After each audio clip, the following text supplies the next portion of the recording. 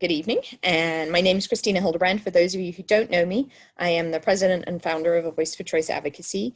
We educate and advocate for informed choice and transparency of what goes into your body. So be that food, air, water, pharmaceuticals, anything. We basically want you to know what's in it, and you get to make the choice of whether you put that into your body or not. I'll give my disclaimer. I'm not a lawyer. I'm not a doctor. I am just a really dedicated researcher to the truth. And my career is in market research. So I do a lot of research and reading of articles, and I go down a lot of rabbit holes. I probably have done about 10 to 12,000 hours of reading on vaccines. And I spend pretty much my waking hours just reading and listening to podcasts, listening to government informational hearings or committee hearings, those types of things. Press conferences, that type of thing. So I take everything in. I'll also say that I always listen to both sides. So I spend a lot of time listening to the other side to see what they have to say, because I came into this not being from not being from one side or the other. And I think let's take the topic of vaccines. I think at one day there could be something that is similar to a vaccine. I don't think it'll be a vaccine, but that could be safe and effective and do what vaccines do, but in a much better way. Let's just put it that way. Anyway, I have a lot of questions, so I'm going to get started. So the first question that I have here is, somebody said, concerned about how some authorities are talking about mandating experimental injections for flights, how to avoid that, domestic or international. I think this is one that I've been thinking about a lot. As many of you know, I'm from England, and one of my parents still lives there, the other one lives in Europe. And so traveling, and I like to travel, and so traveling is something that I am very concerned about. I think it will be hard for international travel, and I'll cover that first, because so many countries don't have access to the same vaccines, the same amount of vaccines that we do. So getting the world vaccinated against COVID is significant.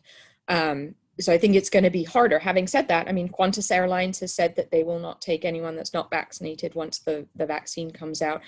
I think we have to speak with our dollars. So United just came out and said they're going to have some form of passport. And I think we have to speak with our dollars. We have to not travel or not do things that put us in a place that requires these things. And it is inconvenient. I mean, I was listening to Professor Cahill, Dolores Cahill, and she was saying that she's actually starting, I think it's called Freedom Airways. She's starting Freedom Airways so that we can travel without masks, without requirements. But the key is, even once you land, if the country is requiring you to be vaccinated, then that's different. She has traveled quite a bit during COVID, and she spent hours, up to 4 hours in the Irish airports and in Berlin and in London, basically sort of arguing with them and telling them the law and her rights. And, I think most of us don't want to spend that 4 hours doing that. Is it possible? Yes, it's possible. I think it's going to be a matter of people having to, to stand up for their rights. I think we are going into we're in a time of turmoil. And I was on a show yesterday, and I, likened it to, if you haven't read A Brave New World in 1984 in the last couple of years, go back and read both those books, because unfortunately, we are in a trajectory of going in that direction unless people like me and you make a difference and stand up for what's right. I think I'm actually talking on Sunday for the Greater Reset conference, which is an amazing conference that Derek Brose is putting on, and all about agorism and getting out of the system. And I think I was listening to one of the talks today, and I think we need to look at, what do we really need in life? What is important in life? And to me, travel is important. So how am I going to do that if there are restrictions on us? But I think the first piece is that we need to stand up, and we need to, complain about it. We need to do something about it. We're no longer in a time where we can just sit back and relax and, have Amazon deliver our packages to us. Hopefully that answers. I don't have real understanding. I don't think travel will be, vaccine will be required for travel. I'm going to say in the next year, because there isn't enough vaccine to go around. I do think they will require COVID testing. I don't think there's a way to get around COVID testing to go in and out of a country, or quarantine. So I think that will be there. All right, next question. California teachers' unions are wanting to mandate the corona vaccine in order for schools to reopen. How can teachers, school staff best communicate to the unions against their agenda before it's implemented? I think this is really important. The unions are powerful, okay? And they are speaking for you, the teachers and the staff. And I think the teachers' union is incredibly powerful, but there are a lot of other school staff unions, the janitors union, the groundkeepers, I think, are part of SCIU. I'm not sure, but there are many unions involved in a school district, not just the teachers union. And I would really say that, you know, get vocal. As I said before, it's not a time to just sit around. You have to be active, and you have to let it be known what your perspective is. And so I do think that that we need to just speak up, basically. I think there are, you know, laws that are in place, such as the Civil Rights Act, that you can go in and say you want a religious exemption, so not to get the vaccine. What I've heard teachers unions say, especially LAUSD say, is, well, then you can just work from home. And I think that, you know, there needs to be some equity in that. You know, I think there needs to be some education as well. We sent a letter educating on the law and what needs to be allowed, but they can give accommodations, and working from home is one of those accommodations. So it's not illegal to do that if you don't get the vaccine, but I think you have to stand up. I think the other thing, and this is really, I know people are going to say, well, that's easy for you to say, but I think we need to look at what is important in our lives. And if you're a teacher, do you really want to teach in that environment? There are definitely schools, especially private schools, that are not requiring vaccines. You know, is there a tutor that you can become? Can you move out of state? You know, I personally don't understand why anyone's staying in California if you don't have to. But that's just, you know, my personal opinion. I wouldn't be if I didn't have to, but I'm stuck here for a while. But I think we have to speak up, and the unions are the place to go. I mean, the unions are really, they're the ones that speak for you. And I do know, you know, during SB 277 5 years ago, there was a question of, you know, well, what happens if the teachers get mandated to get the vaccines? And the teachers union, the CTA, was very divided in that. And they actually didn't take a position on SB 277 because there were enough teachers that were saying, you know, we don't think this should be a requirement for school. We're worried about us coming next. And so I do think that there are enough people. You need to find your people, though. You need to, you know, have a unified effort going forward and going to your unions and saying that, you know, you need to be in school. I think the question for me is, why not be in school? You know, the vaccine doesn't stop transmission that we know of. You're still going to have to wear masks. You're still going to have to social distance. You're still going to have to clean everything and be, you know, super diligent on the cleaning. You're going to have open windows. You know, all of those things are still going to have to be in place, even if you're not vaccinated. And so, you know, the vaccine does very little other than possibly stop transmission. But if you're doing all the other things, we've shown that, you know, if you do all the other things, and not that I think all those other things are really necessary, but, you know, if we're going with you know, the guidelines, doing all those other things, there are schools open today without teachers being vaccinated that are not spreading COVID. So the vaccine isn't going to make the difference. So hopefully that answered that question. Next question. Could you please comment on the vaccination requirements for University of California system for students? Is there any way to opt out?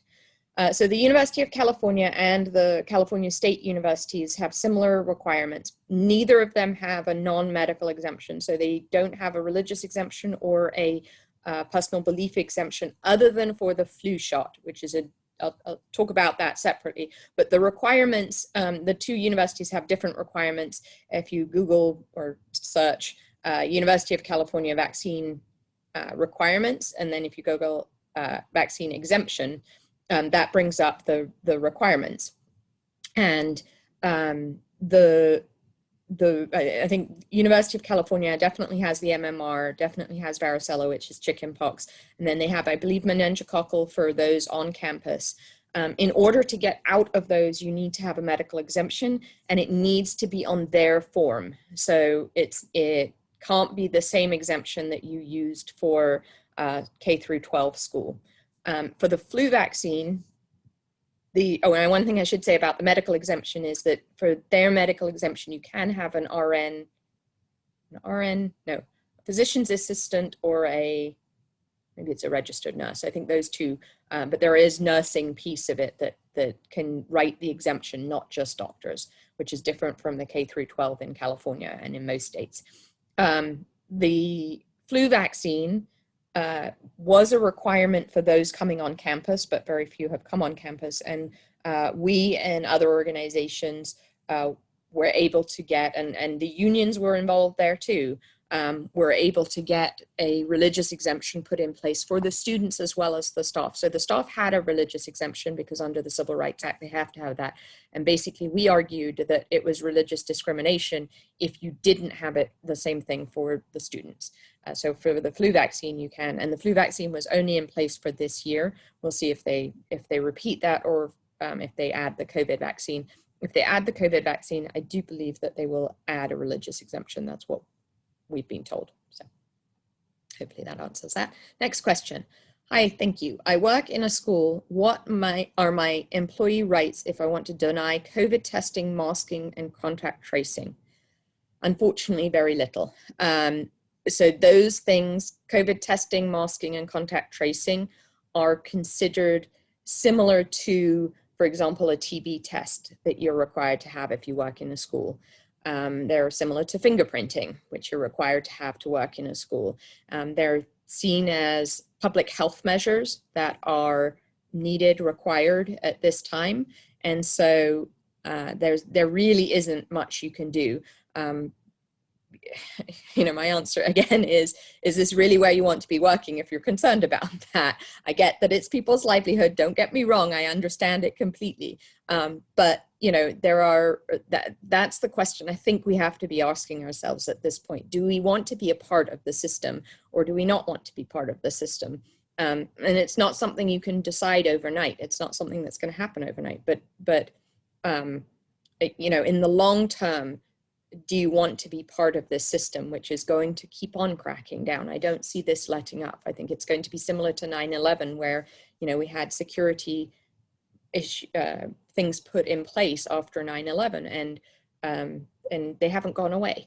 I think there will be things put in place due to COVID that will never go away.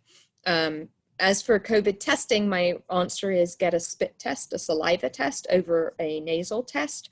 You can get those for yourself, paying by yourself from places like Costco, but I would ask your school to do spit testing. The reason why we recommend that is, it's better to have stuff coming out of you than for them to be putting anything inside you, because you don't know what's going inside you. And so that's our recommendation there.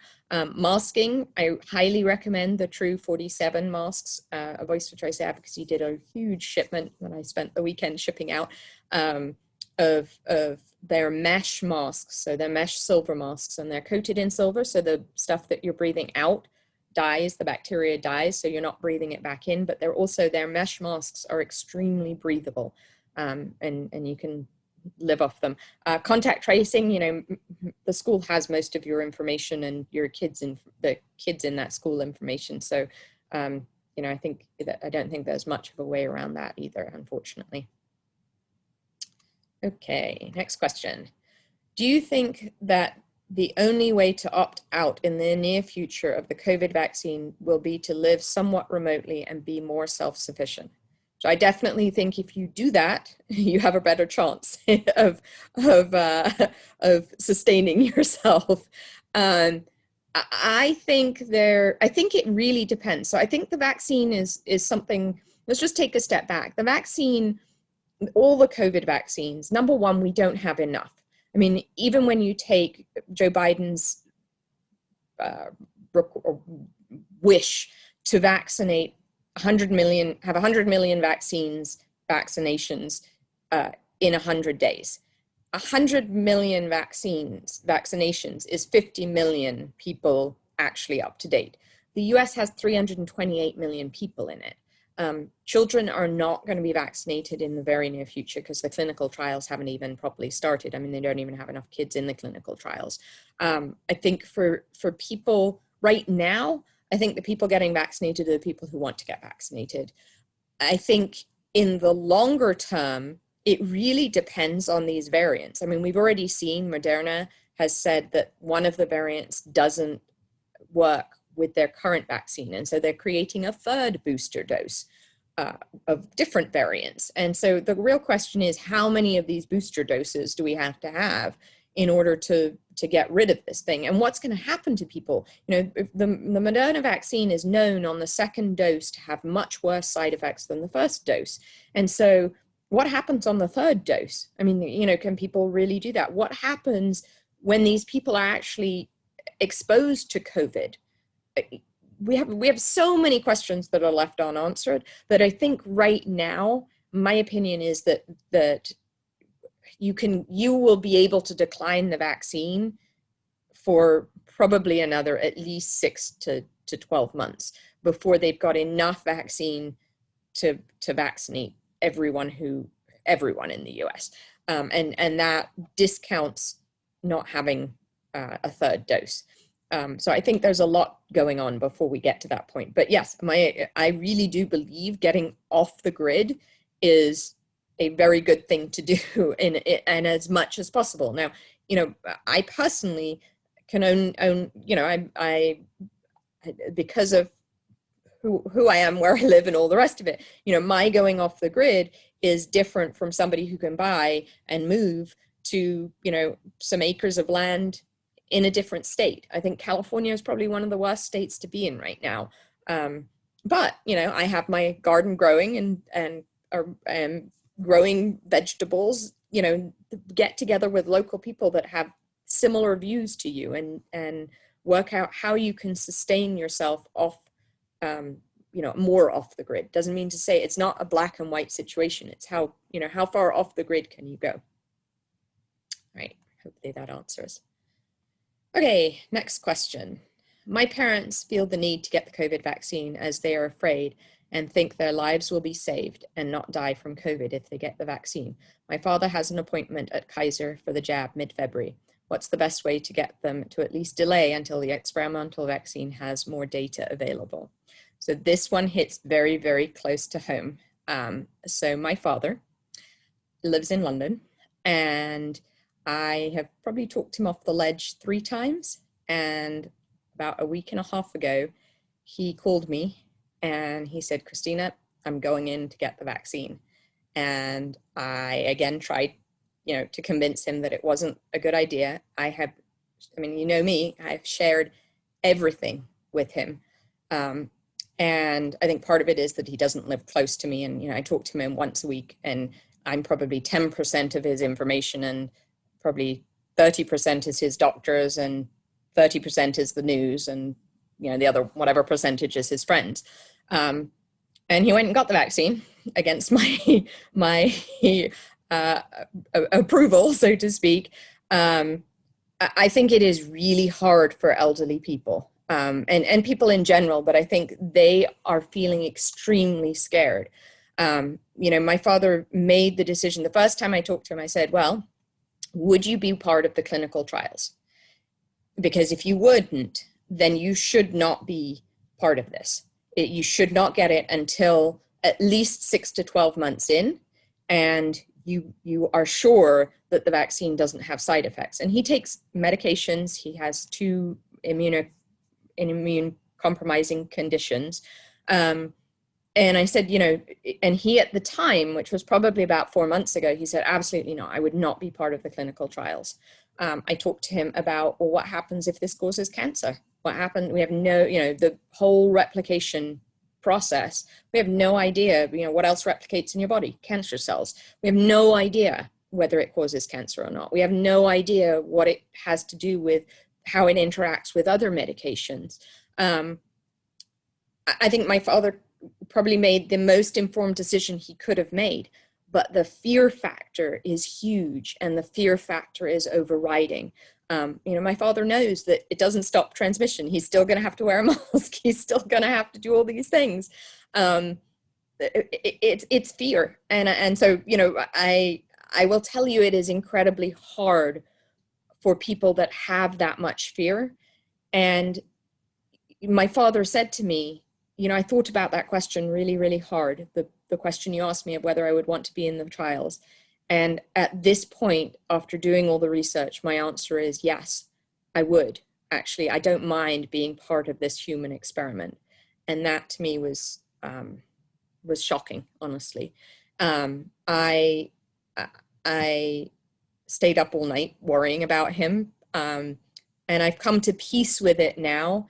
And I just speak to him more often. And, I read, the sad thing is I read all of the vaccine injury reports on COVID, both in the VAERS reporting system as well as on social media. And the number of elderly people that are just found 24 hours later dead at their kitchen table is just, it's so sad.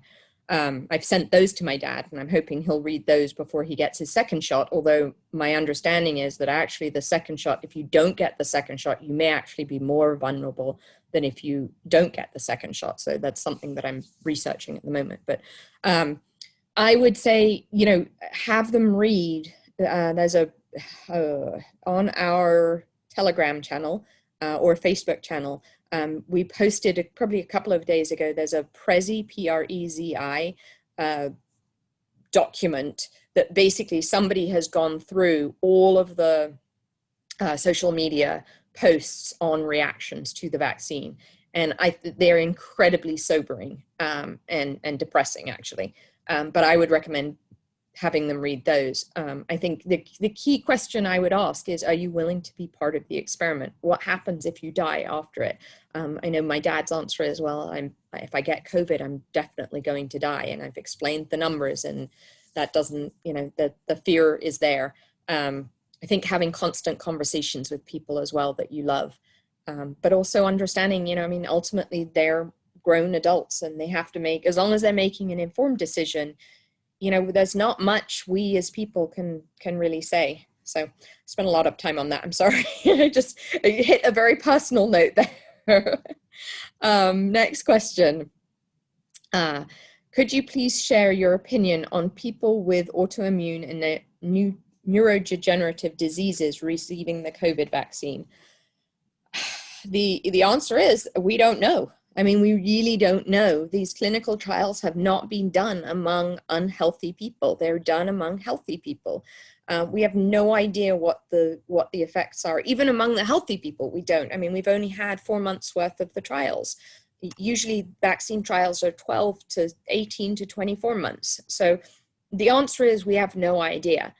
The other piece that's interesting is because right now, the only people that worldwide, the majority of people being vaccinated are the elderly and are healthcare workers. And so the healthcare workers give you a little bit of an insight into what's happening with the general population. But for the elderly, that's also a very specific population. I think the elderly, a lot of them are being written off as, oh, well, they were old, they were going to die anyway soon, especially the ones that die in the nursing homes, right? Oh, well, they were in a nursing home, they were going to die anyway pretty soon. The fact that they're 89 years old, who knows? When you go in and read the actual stories on social media about these people, it is clear that 2 days earlier they were peppy and talking and chatting and fine, or many of them were. So that it's hard to, and I will say it's hard to know, if somebody has cancer, would they have died?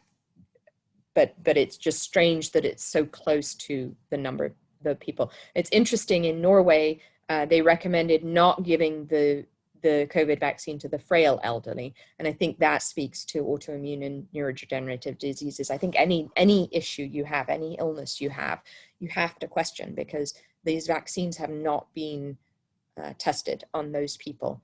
It is one huge human experiment. All right, next question. Can you please give me verbiage for helping me explain not getting vaccinated to my children's high school, college, and workplace? FYI, I'm in California. I have old and outdated exceptions. Okay, I'm trying to work out the question here. So I think what you're asking, and if this isn't what you're asking, please put in another question after this if I don't get to answering the proper question that you have. But I think what you're asking is just being able to have a conversation about not vaccinating and not getting vaccinated. I'm going to assume you don't mean COVID, and that you mean just general vaccines or having your children not get vaccines. To me, that's a very personal issue. Before 2015 and SB 277 in California, I never talked about vaccines to anyone. The only people that knew about my children's vaccine status was me, my ex, my kids, my pediatrician, and the school, because I signed an exemption, a personal belief exemption. But other than that, you didn't have the conversation. So number one, I don't think it's, for me, I think it's fine to say, I don't care to talk about it. If you're going to talk about it to educate people on why they shouldn't get vaccinated, or to sort of, as I say, plant the seed. The seeds that I plant are regarding liability. So the fact that vaccines don't have liability, the fact that the ingredients in the vaccines are concerning, the fact that all of the vaccines together have never been tested all together. They haven't been tested, they've been tested one-on-one. The fact that there are no placebo tests, true placebo tests, although we're seeing placebo tests starting to be done on the COVID vaccines. That was a big change. But for most other vaccines, they're tested against another vaccine. And so there's no real placebo testing. So those are the types of things that I talk about when I talk about, why I wouldn't be vaccinated. I think the other piece, the flip side of it, is that you can't not vaccinate and not think about your health in general overall. So, the other thing that I talk to people about is staying healthy. So, I don't think anyone who is on a sad American diet it can really, they're looking for ways to help them. They're on pills. They're for chronic issues. They're not looking at their health. I mean, that's the other piece that we need to change the discussion to, is nutrition, is, Wi-Fi, clean water. There are so many things that fall into that. And if you live an overall healthy lifestyle, that goes hand in hand with not getting vaccinated. To my kids when they were younger, I would say, the reason we eat organic food is that we don't have the toxins in our food. And that's the same reason why we don't vaccinate, because we don't want the toxins in our body. Our body is completely capable of healing itself. And there are more natural ways of making sure you heal yourself. So hopefully I answered that question. I wasn't exactly sure if that was where you wanted me to go with it. Okay, next question. Are you seeing any laws or policies being drafted yet moving towards forced vaccinations or other loss of medical rights, re COVID?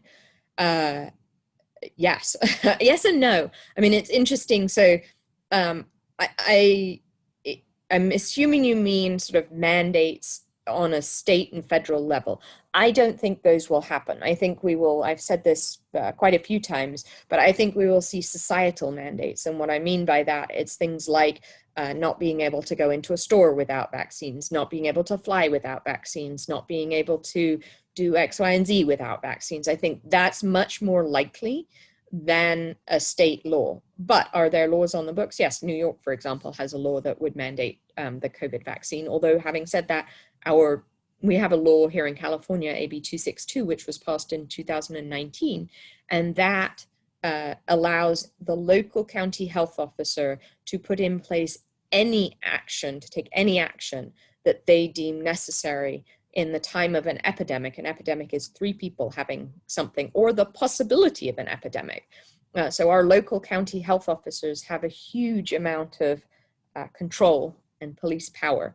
I still think it would be very, very hard for them to put something like that in place. Although, for example, healthcare workers, goes about 8 counties that had flu mandates this year for healthcare workers, where they had to get vaccinated. Now, we educated all of those counties, and we told them that they had to offer a religious exemption, and most of them did so. So I think there will be a religious exemption regardless, because that's federal law. That comes under the Civil Rights Act for employers and employees. For anyone else, I think it will be a fight. I have not heard of in California any laws requiring COVID vaccines. I think the legislature in California is restricted to 12 bills per author, per legislature. And so the bill packages that they have, it used to be 30 or 40 before COVID. So that was one thing that I've always said, California legislation needs to be cut down. We don't need 3,000 bills a year. But in this time, the legislation is much more curtailed, and we're having a hard time getting vaccine legislation on the positive side picked up. And I think the same is true on the other side, because they just don't want to deal with our movement in the Capitol, especially at this time. So I'm not seeing it here. Other states, there are good bills going through, ensuring they're not going through, but they've been brought forward, ensuring a religious exemption, for example, if the COVID vaccine is mandated. I highly recommend going to NVIC Advocacy, the National Vaccine Information Center advocacy portal. They have every state there and what laws there are that are on the books for the year, and they have a whole archive. It's a great resource. Okay, next question. Answer. Do you think someone will start a black market for COVID passports? Kidding, not kidding. Yes, I do. I think the answer is yes. Having said that, I think we have to stand up. I mean, you're becoming a sheep if you do that, is my answer to that. So I know it's not easy. I know it is much easier to just go with the flow. But again, go read Brave New World in 1984 and see where you end up if you just stand by. And so my answer is we have to stand up before we get there. We're getting there very, very fast. It's interesting because as well as the Greater Reset, which is Derek Brose's, it's in response to what's going on right now, which is the Davos agenda of the World Economic Forum. And so they are having speakers, and they are laying out the plan the same way as 201 laid out the plan for the pandemic. If you want to go see the plan is on the World Economic Forum website. It is all there written out in black and white. And if we, it's up to us to allow them to do that. And so we have to start thinking about, how do I, in my own bubble, how do I speak with my money? What do I do? Do I go fly United? No, I don't. I go fly something else that allows me to not have a COVID passport. All right. Thank you so much for doing this. You're welcome. I have a 6th grader going into middle school this coming fall. We have a medical exemption and have not had any vaccines. I know she needs them for school. Can you tell me how to get enrolled while not getting all of them? Can we get one and maybe prolong it? Is there any way around this awful law? I'm going to assume you're in California. The answer is no, there's no way around it unless you homeschool or you move out of state. And, those are not, I know those, again, I know people will say, well, it's easy for you to say, Christina, but, I really recommend homeschooling is not what, 5 years ago I understood homeschooling to be, which was, sitting around the kitchen table with your kid doing schoolwork. There's much more to it. There are amazing groups in California doing that. But if you get the vaccines, if your option is to vaccinate, there are, for 7th grade, I believe there are 11 shots that you need. And if you need the exact ones, just come to me and or just email me and I have the list of them. But there are a certain number of shots that you can do. Unfortunately, for things like the measles, mumps, rubella, and the varicella vaccine, those two you can get titers, so you can get antibodies tested, but you do need a medical exemption for those titers. That's actually one of the laws that we're trying to get picked up this year, is so that titer testing can be used without a medical exemption, that you can just bring your titer laboratory work to the school, and that sort of gets you your check mark. In order to go to school, you can be on a conditional entrance, but the conditional entrance requires you to follow the catch-up schedule. So the conditional entrance basically means that you have to have one of every vaccine, the first dose of every vaccine, in order to enter school. So by the first day of school. You then are on a very strict schedule to get the other ones done. And it's basically the earliest time you can have each vaccine done is when you have to get it done. So if, for example, for the DTaP, if there's a month between the first and the second shot, you have to have an appointment to get the second shot, on that month marker.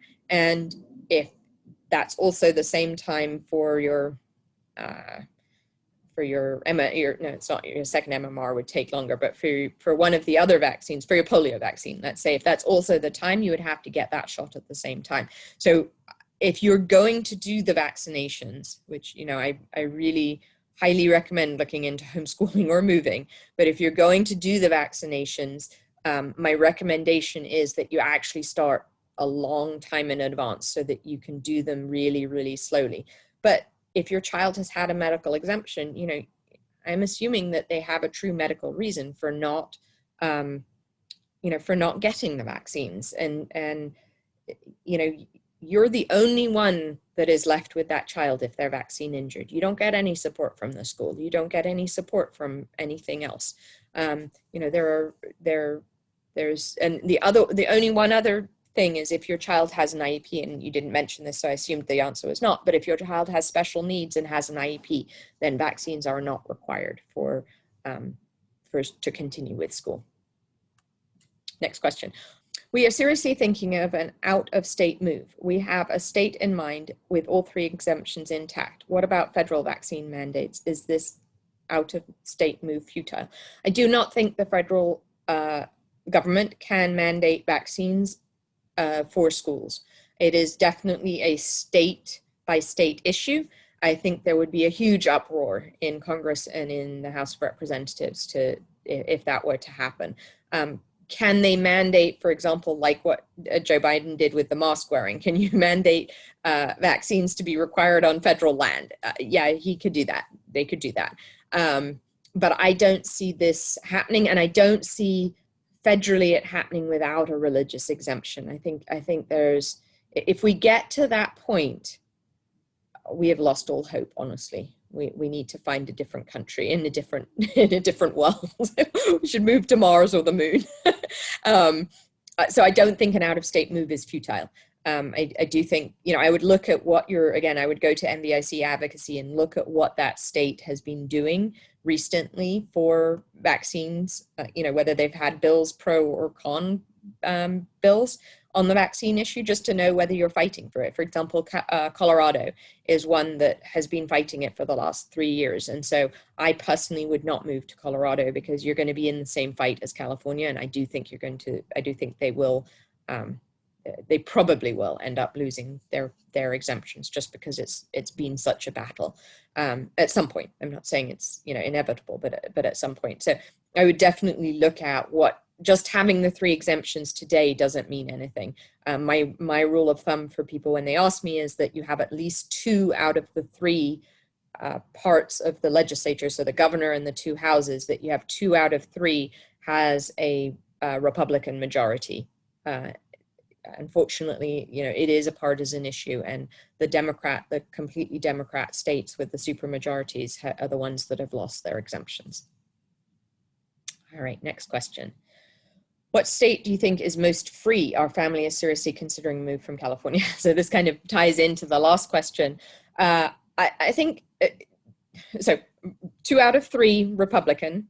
I do think there are places like New Hampshire that's very libertarian. So in a free sense, if you're talking about vaccines specifically, you know, I can probably tell you the places I wouldn't move to before I could tell you the places that I would move to.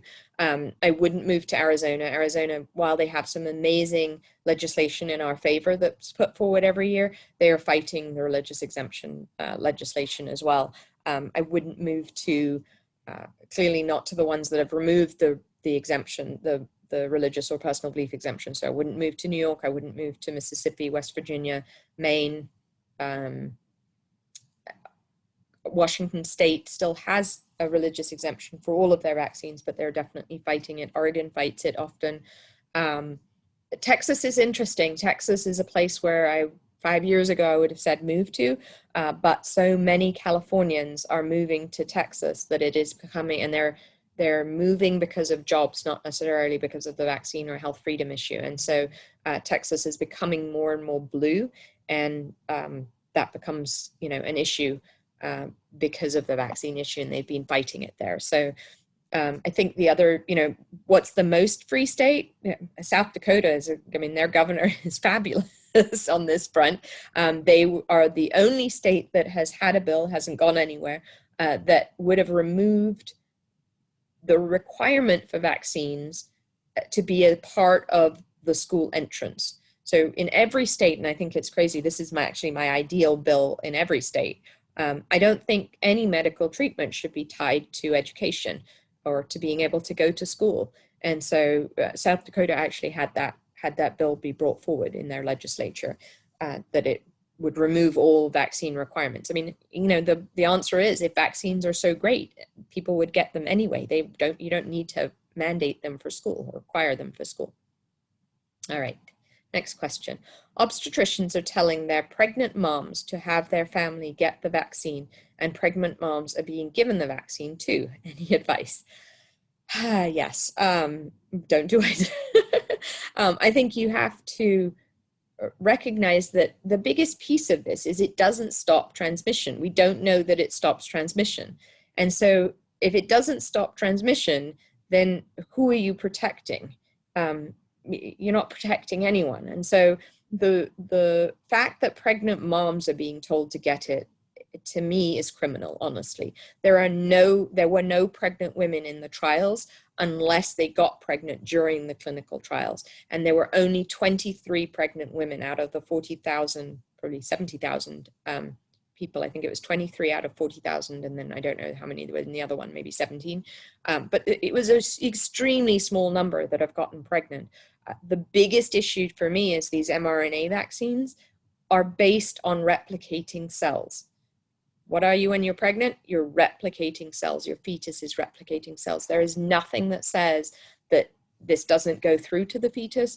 That we have no idea. The answer is we have no idea. Again, if you're willing to be part of the clinical trials, go and do it. Like, please do. But know that you should have the same informed consent as a person in the clinical trials. You should know that, you know, there is nothing to say that your child will survive this. There have been a couple of reports in the vaccine events reporting system of women losing their babies far along and having gotten the vaccine recently. As for their family having to get it, again, I would argue the fact that it should be a person's choice, especially during the human experiment. But it's not saying that the pregnant woman wouldn't get COVID, because transmission is still an option. So I think you have to have that conversation with the pregnant mom. I think obstetricians I've seen it, midwives and obstetricians are, or the Midwife Association, I shouldn't say midwives, the Midwife Association is pushing for pregnant people to get the vaccine. I think it's a criminal human experiment. Next question. Hello, teacher here from New Jersey, concerned about COVID religious exemptions. Is it possible for this exemption being taken away? So I'm assuming if you're a teacher, you're asking about employment. For employment, no. It is part of the Federal Civil Rights Act. So, you know, unless we get rid of the Civil Rights Act, which again, I'm going to say, if we get there, we're in a bad place and we need to go to another planet. So I don't see it being taken away. As for children, religious exemptions, yeah, they're being taken away all the time. I think it's going to be interesting to see if a school mandates the COVID vaccine for both their teachers and their children, and give the teachers a religious exemption, but do not give the children a religious exemption. I think there's a discrimination case there that can be made, but that hasn't happened yet because children are not required. I think the same thing could happen in universities. Next question.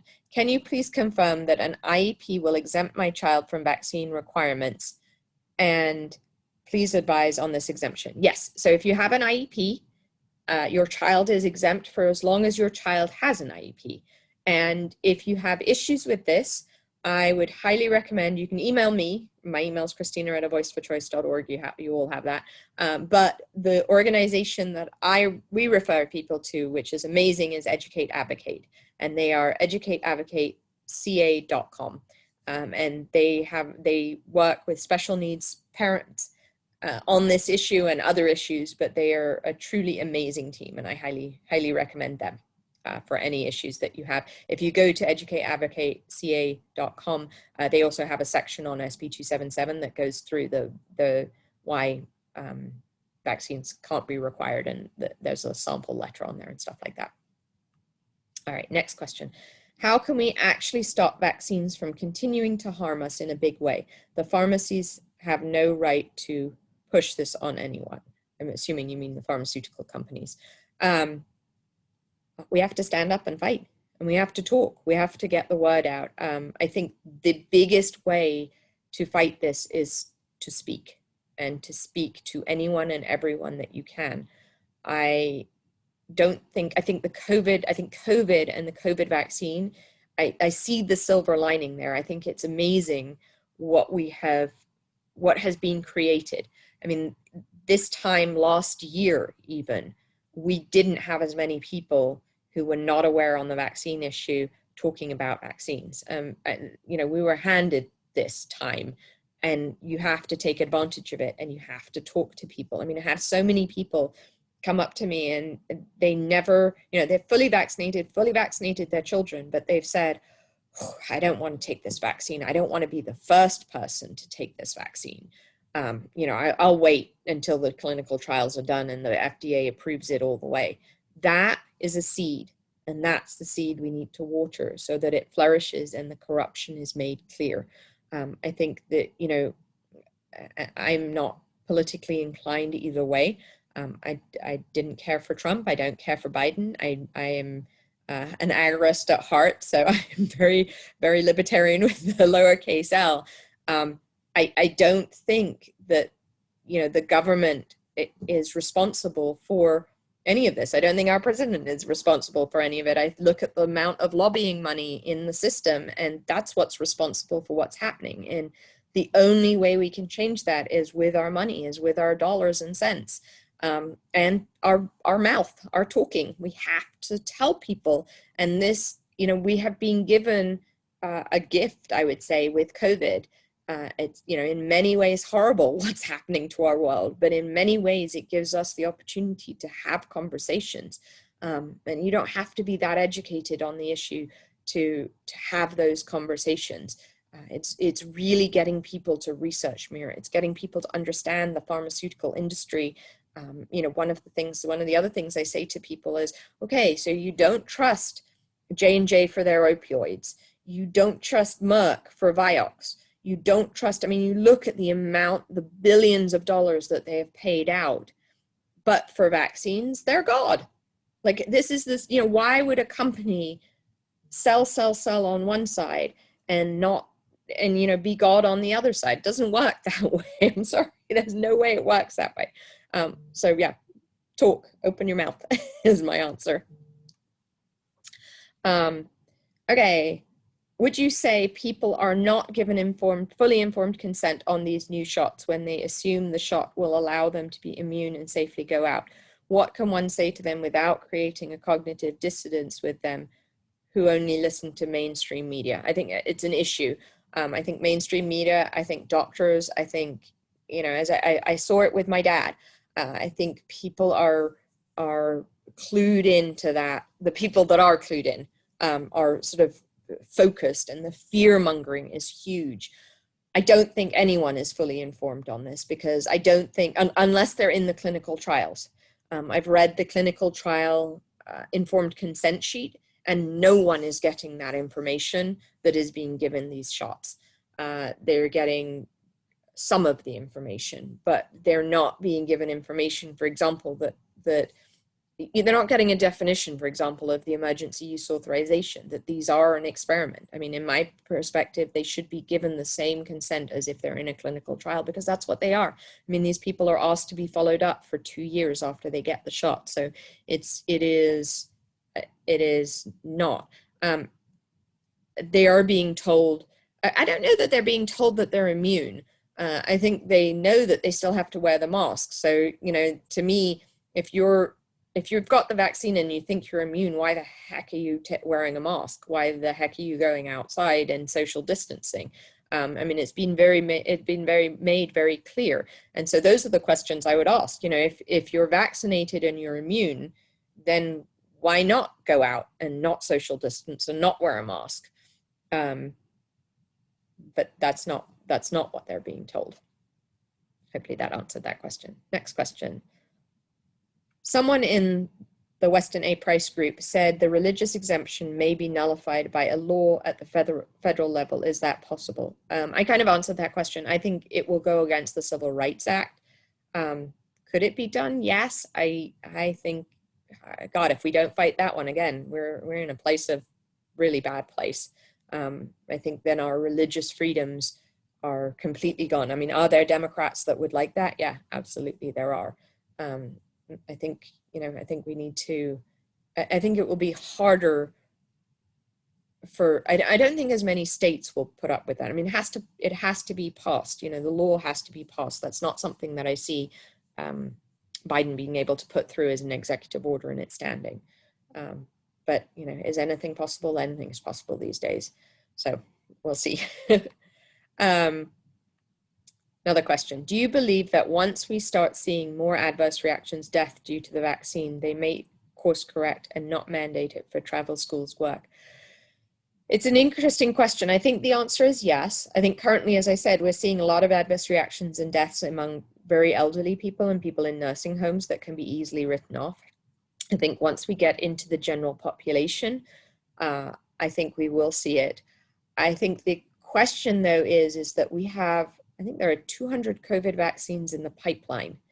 And so we have 2 on the market, the Pfizer vaccine and the Moderna vaccine are on the market here in the US. In England, it's the Pfizer vaccine and the AstraZeneca vaccine. And then the J&J vaccine is also coming. Now, interestingly, Merck pulled the plug on their COVID vaccine because they didn't get good enough research in the trials, or results in the trials. Do I think we will course correct? I think we may course correct, but my thought is there will be another vaccine on the market. I don't think we course correct for all the vaccines. And so it really depends on the long-term effects of these vaccines. I think the mRNA vaccines, we have no idea what they're doing long-term. And so, you know, and how that reacts. We also, I mean, I think the other piece is the whole strain piece. You know, if this is a strain that mutates it's already mutated in a year. You know, if it mutates and we have to have more and more vaccines, I don't think the mRNA vaccines are the ones that we can have mega doses of, or, you know, multiple doses of, like 5, 6, 7. I think we will see serious reactions at that point. So I think it may do. The answer is maybe. But I think it really depends on the number of vaccines out there, and the number of types of vaccines, and also the number of reactions that there are among the population. All right, next question. Why are they insisting people get vaccinated if they've already had SARS-CoV-2? Excellent question. This is one that I really don't understand. I think if you've had SARS-CoV-2 and what they're saying is you can't be vaccinated, you shouldn't be vaccinated if you've had it in the last 3 months because you still have antibodies. The question is how long do those antibodies take? There are antibodies and there are T cell response to the disease, to the virus. The T cell response is more likely happening on a large scale, and that there's only one test. So there are quite a few antibody tests, then none of them are FDA approved, but there's only one T cell test to test that. I think money is the basic answer to your question, why they're insisting on people get vaccinated. I think it is, again, criminal because they haven't done any trials on people who have had COVID. So the question is, if you've had COVID and your body has put up an immune response to COVID, and you're then injected with an mRNA vaccine or a different vaccine, and your body has to do an immune response to that, how does that interact? And we have absolutely no idea. And my question is there, immune enhancement so usually immune enhancement works that if you have the vaccine and then you're exposed to the disease, your body basically creates a cytokine storm and you have an extreme reaction because it's already been exposed, because the vaccine gave you the priming for that. My question is, if you have had COVID, does the vaccine do that same thing? And we don't know because there are no trials on this. So again, I think it's crazy. I think if you've had COVID, I would, number one, get an antibody test, and number two, I would get a T cell test to see whether you even have antibody. You can mount a resistance, an immune response to it if you're exposed to it again. And the other thing I think we need to look at is how long these antibodies actually last, how long the T cell immunity lasts. We also have no idea how long the vaccine lasts. We're at 5 months. The people who have been vaccinated in the very first trials are at 5 or 6 months. And so we know the vaccine lasts in them if they've been exposed, but we don't know who's been exposed and who hasn't been exposed. So they're saying 6 months is where the response is still. But we really don't know if it'll last for a year or 2 years, 10 years, lifetime, no idea. Okay, next question. Okay, so this person says, I would really like to connect with other like-minded people. Is it possible to start groups? I'm in Marin. Yes, so a Voice for Choice Advocacy, and it's taking longer than I had even imagined, but a Voice for Choice Advocacy is going to create, under a sort of separate project called Stand Up California, we are going to create groups on a county level. And the purpose of it is to connect people, but also to have a more local platform. So for example, to go to your board of supervisors and to do advocacy on a more local level. But we also hope that they will be similar to, they're on our own platform. So no one can, no Facebook, no Twitter, no Yahoo, no anything can get rid of them. And that's why it's taking longer to do. But we're hoping that like-minded people come together, not just on the vaccine issue, but on this sort of, going against the mandates, going against, all of those testing and collaborating, educating, and getting together with like-minded people. So we are doing that. And my hope is, I really wanted it to be out by the beginning of January. We're looking at, I'm going to say, beginning to mid-February. We are close to getting there, but not quite. One of the things that I didn't realize was that when you have a new server, if we send out emails, like if I were to send out our emails to our entire list, our Voice for Choice list, on that new server, it would all go to spam and we would be blacklisted. Oh, we would be blacklisted, yes.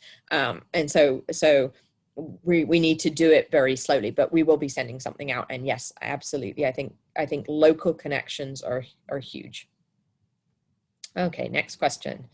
My 29-year-old perfectly healthy son insists that he's going to get vaccinated and pays no attention to me telling him that he is at very low risk from getting COVID and almost no risk of getting seriously sick or dying, and that the vaccine is experimental and purely tested. What can I say to him? Well, it sounds like you've said a lot to him already, and he's not listening. The one thing I will say is if he's 29 years old and perfectly healthy, he is probably the lowest on the rung, and he's not getting the vaccine for quite a while. I think you have to ask him. I would flip it, right? So I would ask him, what is he so afraid of getting COVID? What is his fear there? And I think, you know, different people have different ways of learning and ways of thinking. I like to, and I was talking on the podcast last night, the person that was interviewing me said he likes to do the Socratic method, which I also like, which is asking questions to get them to think about it themselves. I think, you know, if he is interested in reading, I think looking at the pharmaceutical industry and looking at the corruption there, I think if he's interested in reading, there are some amazing books. You know, Dissolving Illusions is one that it's thick and heavy. But I would look at, you know, some of the videos that have been, the DVDs videos that have been put out there. There's a lot out there. So my recommendation with people, when people ask me, what should I do, is to find out what is their, you know, what are they most likely to read? What are they most likely to watch? Is it, you know, a 3-minute YouTube video? If it's that, I have one of those on our YouTube channel. Is it, and who are they likely to listen to? It sounds like he doesn't like listening to you. I'm not, you know, kids and parents, often that's the worst person to tell you what to do, right? So is there somebody that he trusts that has the same opinion that could talk to him? You know, those types of things. So I think the key is finding how to talk to him or how to communicate with him and who should do that communicating, and then find your answer in that medium. So hopefully that helps you. Good luck. You know, as I said, you know, I was not successful with my father, and it bothers me every single day. I've come to peace with it, but it's extremely frustrating. Okay, next question. Where online would you recommend sending somebody in their 70s for thorough, unbiased statistical information regarding the COVID vaccine and or adverse reactions? My parents, 65 to 70 years old, are set on getting the vaccine based on what they hear on the news. All fear-based decision making. Yep, this is what we've been talking about. So where would I send them? I think one of the places that I find extremely sobering is the vaccine reporting system. So there's, if you go to medalerts.org, it's updated once a week with the vaccine, with the COVID vaccine information, but you can look at all of the side effects that have been reported there and all of the deaths that have been reported there. And it does go into detail of, you know, what the situation was surrounding that. It also says what those people, what other medications they were on, those types of things. So it is, you know, it's a lot to read, but it's other people who have had reactions to the vaccine that's not being told on mainstream media.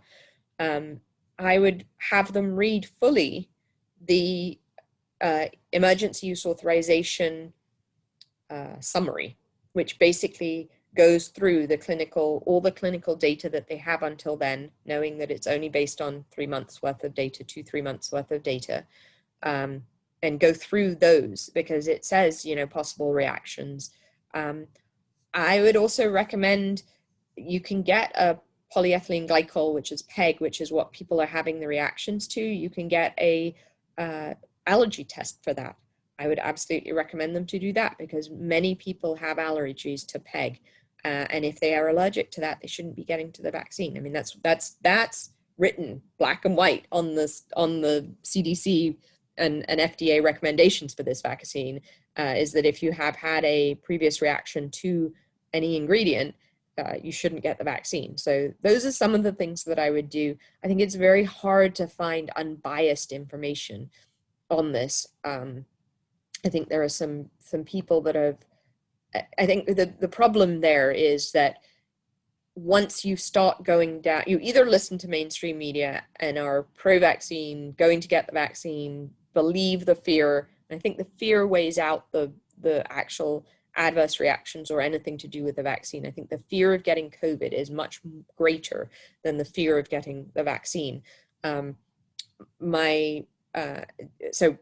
I think that's a place to start, but I think the real piece is that there isn't really an unbiased side, because once you start down the vaccine reactions and you start down the vaccine truth piece of it, it sounds biased from that side. So my answer is, I don't think there's unbiased information. I think you have to look at both sides of the information. It was interesting, one of my daughters and then my other daughter expanded on it when we were talking about my dad and they found out that my dad was getting the vaccine.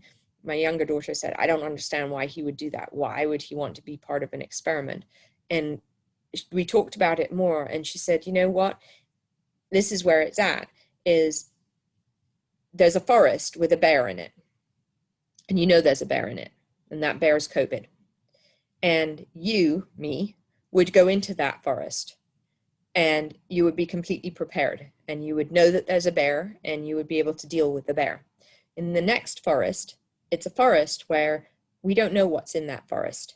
It could be pretty little fairies that have that nothing happens to you, or it could be the 10-headed bear. And it may not be the same thing for each person. For one person, it may be the fairies, and for the next person, it may be the 10-headed bear. And what my daughter said to me, she said, you want to be, you will go to where you're prepared and where you can win. My dad wants to go into the forest where he doesn't know, and he will take the risk of whatever's there, but the unknown is more comforting than the known bear, because there's a chance that you go into this forest and there's fairies. And I think that's a really good analogy for where we're at. And I really think it's true. I'm not afraid of COVID. I'm not afraid of COVID for my dad, even, who is immunocompromised and all the rest of it. I know I could get him through COVID. I don't know that I can get him through the vaccine. And I think that's the difference that we're looking at. Okay, next question. I thought the shot, not the vaccine, did not prevent transmitting the virus, but that it may reduce symptoms if one gets it. David Martin says they're misusing the word vaccine for these injections. I agree, they are misusing the word vaccine. I think it's really interesting. I'll answer the first bit of your question in a minute. I think it's really interesting what is considered a vaccine these days. I mean, even before the COVID vaccine, there were, I think, 271 vaccines in the pipeline at some point. And I looked at them, and none of them were what I consider a vaccine, the definition of a vaccine, which is a prophylactic against a virus or a bacteria, but that it is prophylactic against that thing. There were vaccines against acne. There were vaccines against, just crazy things that I just don't see. It's not a vaccine. So I agree we shouldn't really be using the word vaccine. I do it out of laziness, and I after seeing David Martin talk about it, amazing video that he did on it, I do think we should be calling them a medical treatment rather than a genetic treatment rather than a vaccine. I do not believe they are a vaccine. I agree with that. I thought the shot did not prevent getting and transmitting the virus, so it does not prevent transmitting it that we know of. The key there is that was not part of the clinical trials. So part of the clinical trial, you would think, would be to discover whether you can get the virus and transmit it after you get the shot. But that was not part of the clinical trials, and is not part of the clinical trials currently. So the answer is we do not know if it transmits the virus or not, if you can transmit the virus or not if you've had the vaccine. It supposedly does reduce the symptoms, but I will go back to a video that I did in December, which we really don't know anything. The people that got COVID, the 95% efficacy is based on, let's take one of the trials. There were 40,000 people. There were 180 people that got COVID, and 170, I think it was, were in the placebo group, and the rest were in the vaccine group. But that's 180 people out of 40,000 people in this trial that got COVID. Well, if you just look at the placebo, only 170 people out of 20,000 people got COVID. Well, fabulous. I'll take the placebo, thanks very much, because there were, 19,800 people that didn't get COVID from the placebo, using the placebo. When you look at the absolute numbers, the actual numbers, it doesn't mean anything. So again, if you look at that, it may reduce symptoms. Yes, because 180 people got COVID here and 10 people got COVID here. They're saying that these 10 people had less serious reactions. Well, what do we know about those 10 people? Not much. Were they healthier? Were they a certain demographic? Were they, we don't know the answer to this. I mean, we really don't know is the answer. Come back in 2 years' time and we may know the answer, but even then I wonder whether we'll know the answer because they're moving all the placebo group people into the vaccine group. All right, next question. What would a religious exemption entail? What kind of evidence would I have to provide for such an exemption?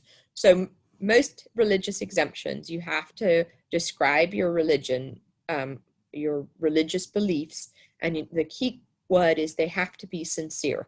So these can't be just something you made up yesterday. You have to live by them. You have to, and they have to be religious, not moral or ethical or personal. So they actually have to come from the fact that you believe in some higher being. Doesn't need to be a god, but that there is something else driving your life other than you, or that there is some, energy that is out there that is greater than you, so to speak, or that we don't fully understand.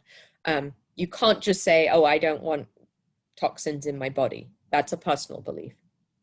You can't just say, oh, I don't eat meat. So, that's the reason. If you're a vegan because of your religion, if your religion doesn't eat certain meats, so if you're Jewish and you don't eat pork, if you're Muslim and you don't eat beef, then if it has pork or cow blood or other ingredients in it, then that would be a reason, that would be a religious reason for not using it. For most people that are Christian, there are texts out of the Bible that say that your body is your temple, that you shouldn't, you shouldn't put anything in it. The key here is it really needs to be personal. And so people say, oh, can you just tell me the texts that I should use out of the Bible? No, I can't. What I need you to do, and I'm happy to help anyone who wants help with religious exemptions, but what I need you to do is to email me with what your beliefs are, and whether you grew up in a religion, whether you are part of a religion, an organized religion now, and whether there are any texts that you read that are your spiritual texts, and then we can go from there. You don't have to have any evidence. What you need to do is be able to convince somebody that these are your sincere beliefs. All right, next question. I read that the mRNA vaccine is technically not a vaccine. Is that true? I think it is debatable, yes. Do you believe 5G is a contributing factor to these COVID symptoms? I think, I have read a lot on this. Do I think 5G contributes? Yes. Do I think wireless contributes? Yes. Do I think 4G could contribute? Yes, probably not to as much of an extent. I think whether it directly contributes, whether 5G, if you have 5G in your area, whether that is causing COVID symptoms, I don't have an answer. Do I believe 5G and Wi-Fi and electromagnetic frequencies have a detrimental effect on your body? Yes, that's been shown. Do I think that detrimental effect on your body, if you are exposed to a virus or to a bacteria, that you will get sicker because of that detrimental effect? Yes. Can I say that, the electromagnetic frequency is causing COVID symptoms? Could it be? Yes. Could it be? No. I don't think I haven't seen anything that has really said, yes, absolutely 100%, we can prove that 5G causes COVID symptoms. Okay, thoughts on moving to Florida and what areas? So Florida, I think, is a decent choice because they have at least 2 Republican pieces. I believe they're fully Republican on all 3 parts of their legislature and their governor. Florida has fought religious exemptions. So they've had a bill, I think 2 years, that would have taken away the religious exemption. I will also say there are people in Congress from Florida that are very much pro-vaccine and wanting to get rid of all mandates. So I think it is I look at the governor there, and I don't think you would have an issue with mandates and losing exemptions there. But one never knows. But I don't know where in Florida. I'm not familiar with that. I think one of the things that once you've chosen a state, or if you've chosen a number of states that you're looking to move to, at that point, and they're good on the vaccine issue, at that point you have to look at who you are and what you're looking for. Are you looking for, hot weather or cold weather? Are you looking for, an inner city or suburbia? Are you looking for, what kind of culture are you looking for? Do you want to be close to a city and shows and culture and stuff like that? Or do you want to live out on a farm? So I think those are very personal issues. And that's why I say, you need to sort of pick your places and then work out what works for you in that place. Okay. How do we get a religious exemption? So religious exemptions are primarily in California. In other states, you can get them for school and college. In California, we're primarily talking about employers. And for an employer, if you want to get a religious exemption for your employer, you need to go to your employer and ask them what they want to see. So some employers just want a letter that states your religious beliefs and why you're against getting a vaccination. Other employers, for example, the University of California has a very detailed 3 questions that you have to answer very, very specifically.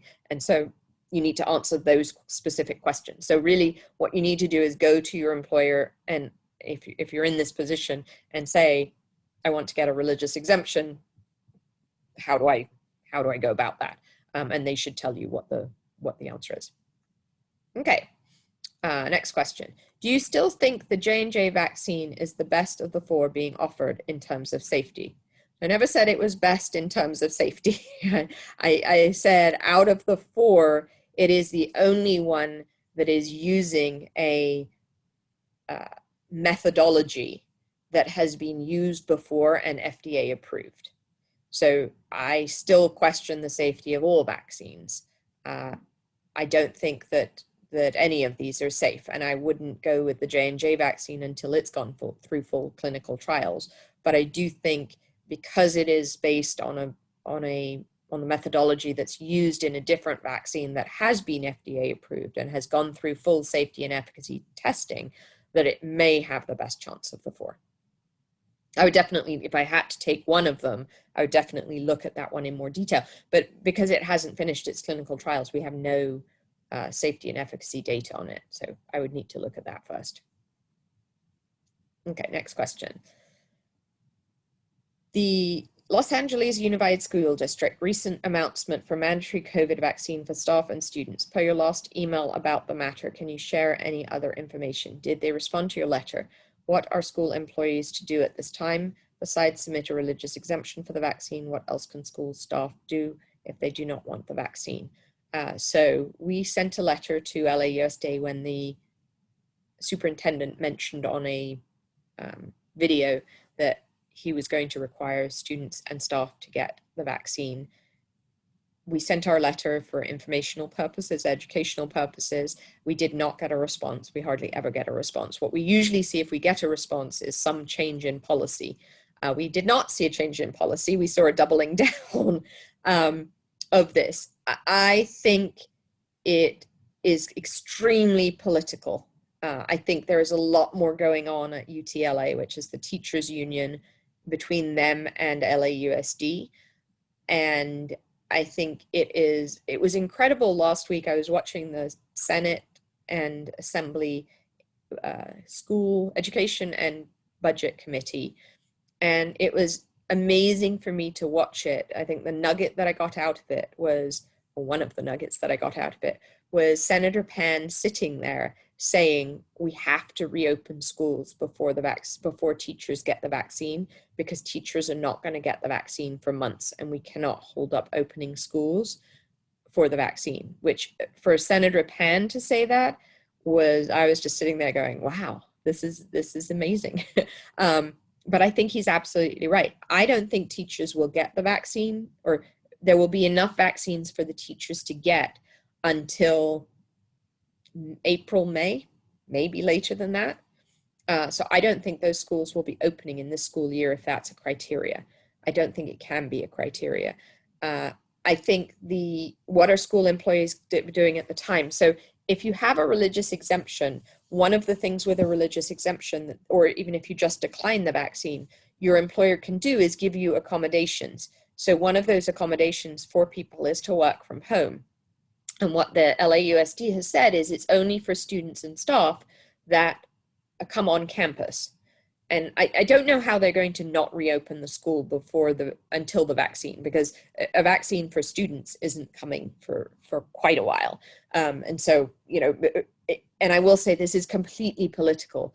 I truly believe it has to do with UTLA, wanting to bargain this out. If you are a staff member, go to your union. You have to band together and go to your union. Tell your unions that you do not want this vaccine, that it should not be a part. And even if you don't want it, there are people that are saying, I don't want it now. I don't want to be one of the first people to get it. Let's give it, I may get it in 12 months time. I may get it in 24 months time, but I really don't want to be part of this, human experiment, basically. And so I think you have to go to your unions and express your concern with mandating the vaccine. But I do think that the school will say, oh, well, you can just do it online. I think there will come a point where there are too many kids wanting to go to school, or they have to open schools where teachers, will not have to get the vaccine because there aren't enough vaccines to go around, or there are enough teachers, and this is the key, that stand up and say no. And I really, I look back to when I was a kid and we had, the drug thing that was just say no. That's my answer here. Just say no. And yes, you run the risk of being fired, but ultimately, do you really want to work in a place that is forcing you to get an experimental vaccine? And I get it's your livelihood. I come back to this. I get it's your livelihood, but start thinking about this now. You're not going to have to get this vaccine before April, May. Start thinking about what you'd want to do with the rest of your life. If you can't work where you're working right now because of a vaccine, what is it that you want to do with your life? And that's really, really scary for many, many people. But I can tell you, it is absolutely liberating once you work that out and you get out of the system and getting it forced on you.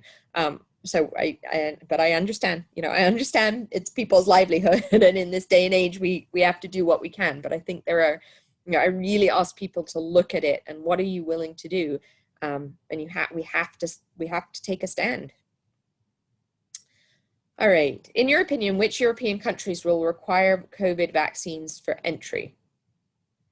Well, my perspective is, given the European Union, if one does, then all of them will. But I think it will be very hard. Again, I think international travel will be hard because not every country can get that many vaccines.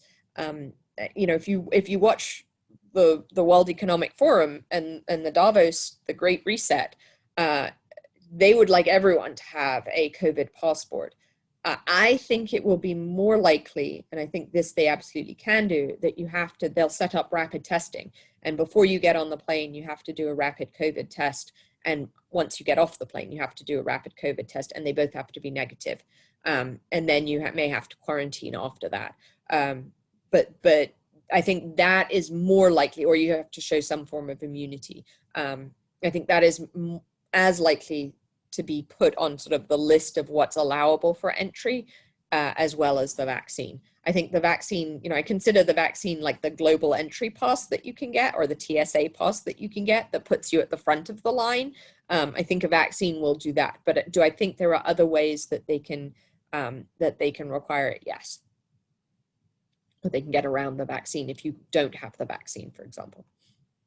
Okay, next question. My son is on a medical exemption from before SB 277. He is a junior in high school. Is he exempted from the COVID-19 vaccine mandates if our district demands? How can we manage it? So the question really is how is it implemented? So a school district can't actually add a vaccine to their requirements they can't do that.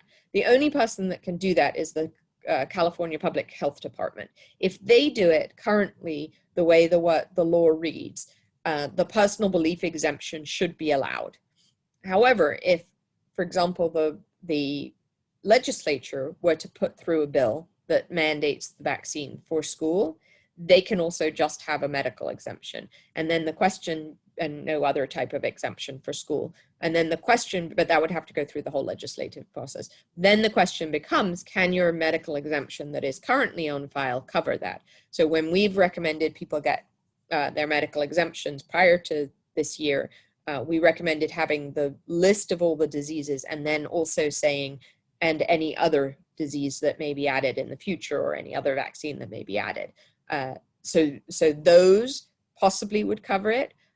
Or the question is, do they require a whole new medical exemption to be submitted? We don't know. That is up to the legislature, and we would fight that tooth and nail.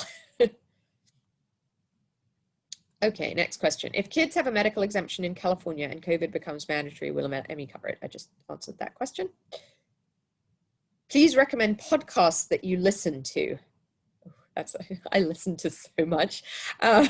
My favorite, I will give you one huge recommendation if you listen to a lot of podcasts, is so YouTube and BitChute and most other platforms have, under the settings function, a way to speed up the recording, speed it up when it's being broadcast to you.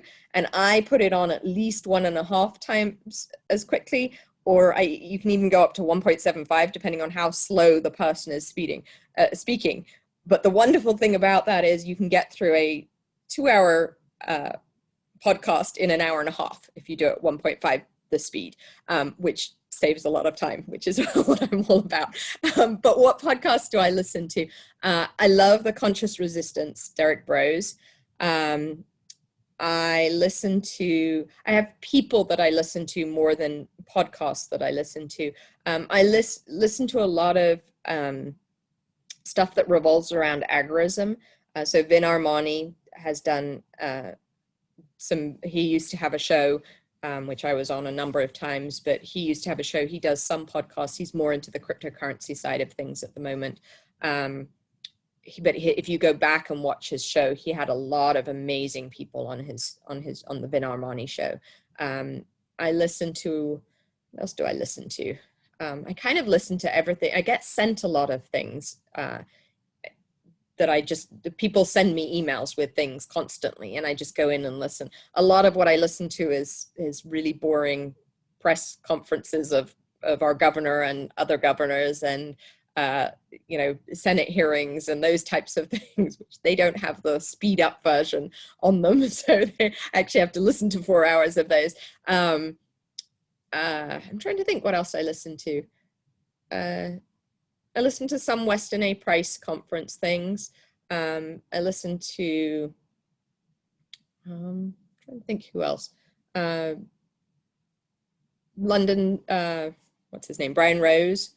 I listen to people from all over the world as well.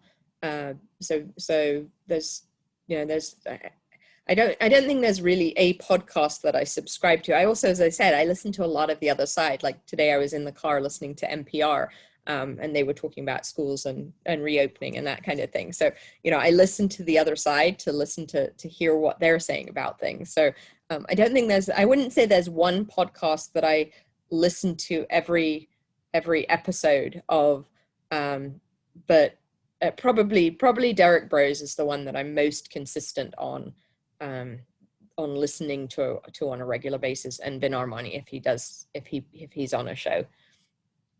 Anyway, Next question. New strains of the virus are appearing in several countries. Does it mean more vaccines are coming? Yes, it does.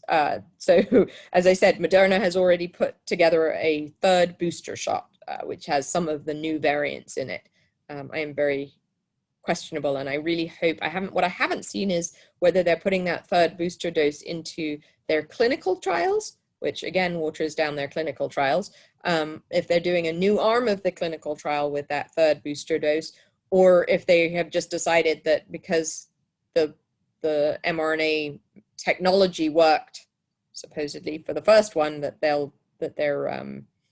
fine with the next one being done. I don't know. I haven't been able to find that. They released that information in the last few days. Okay, next question.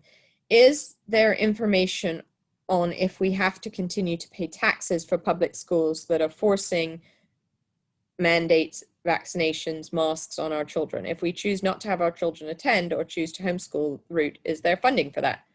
Nope, I'm afraid not. I mean, it's the same if you go to private school. I don't get, if your kids go to private school, you don't get any funding back. The one place where there sometimes is funding is homeschooling.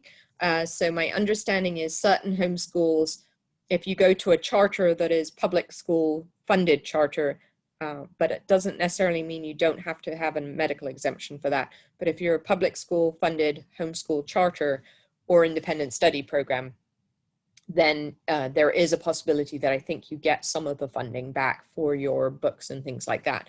But no, it's, you know, taxes are taxes. And, you know, if you choose not have your children in the public school system, that's your loss, not theirs. Next question. Can a Voice for Choice Advocacy provide a template letter to give to our teachers union the message that many employees are against the vaccine mandate? Yes, please send me an email. I am happy. We're actually updating the letter we sent to LAUSD.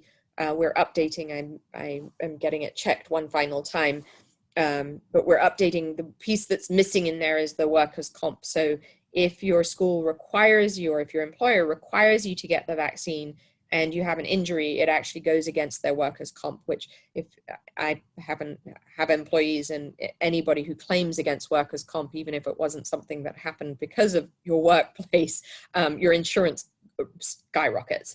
And so, you know, I think that's something that employers really need to think about, because I don't think they want that. And it would be much better to recommend versus to require. But yes, I'm happy to do that. Please send me an email.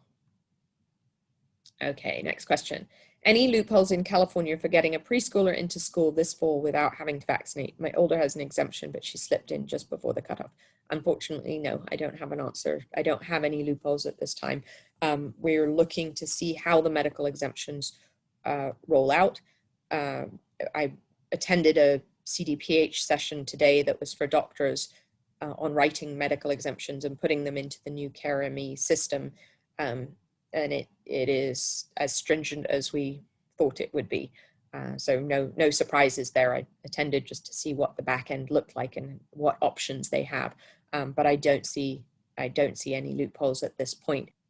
Homeschooling is the loophole, or if you have an IEP and special needs, it's the only other. That's not a loophole. That's the law. Next question. It sounds like 6 to 12 months you think there will be federally mandated COVID vaccine. No, I don't think there will be a federally mandated COVID vaccine. I don't think there will be federal or state mandates. I think it's going to come societal mandates. I think there's going to be certain groups, I think, to get, you know, your groceries, to get into a rock concert, to go to work, those types of things. I don't think it'll be federally mandated. States have made it very clear that vaccines are a state issue. I also think it would be hard for the legislature to put through a blanket COVID vaccine mandate on a state level. So I think it'll be done piecemeal, much more. All right, next question. I've heard that because the virus is rapidly mutating, there's talk of a monthly booster. I've talked about that on many fronts, so I'm going to skip that one. I just got this from ICANN yesterday in case it is useful for anyone. If anyone you know is being required by an employer or school to receive a COVID vaccine, ICANN is pleased to offer support for legal action.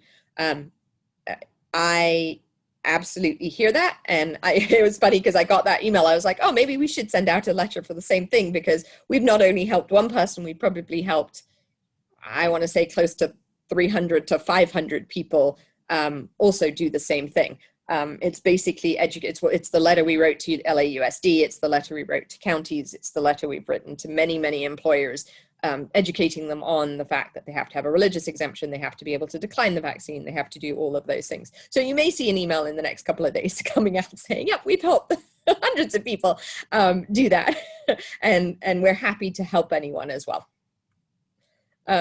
Is there new information about the side effects of vaccines being administered and vaccinated people catching the virus anyway?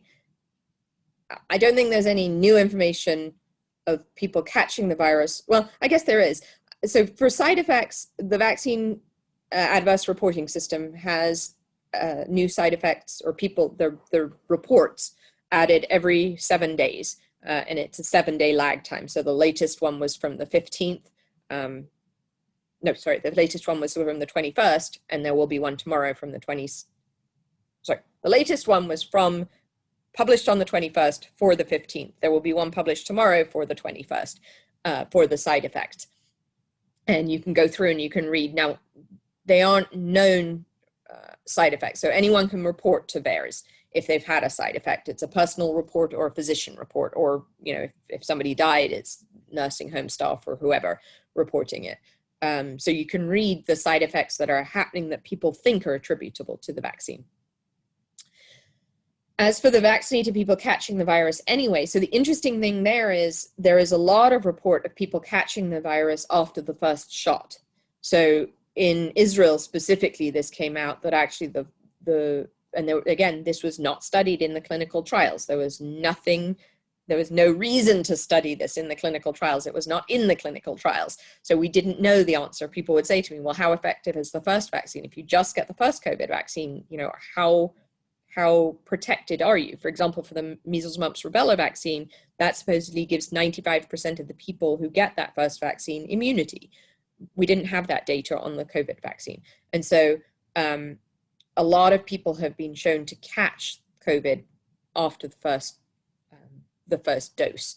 The other thing that has come out is that the CDC has now said, they quietly came out and said, you can actually, the clinical trials were based on either 21 days or 28 days for the second dose. The CDC has now said that you can go up to 6 weeks for the second dose. Again, never been tested in clinical trials, never been looked at.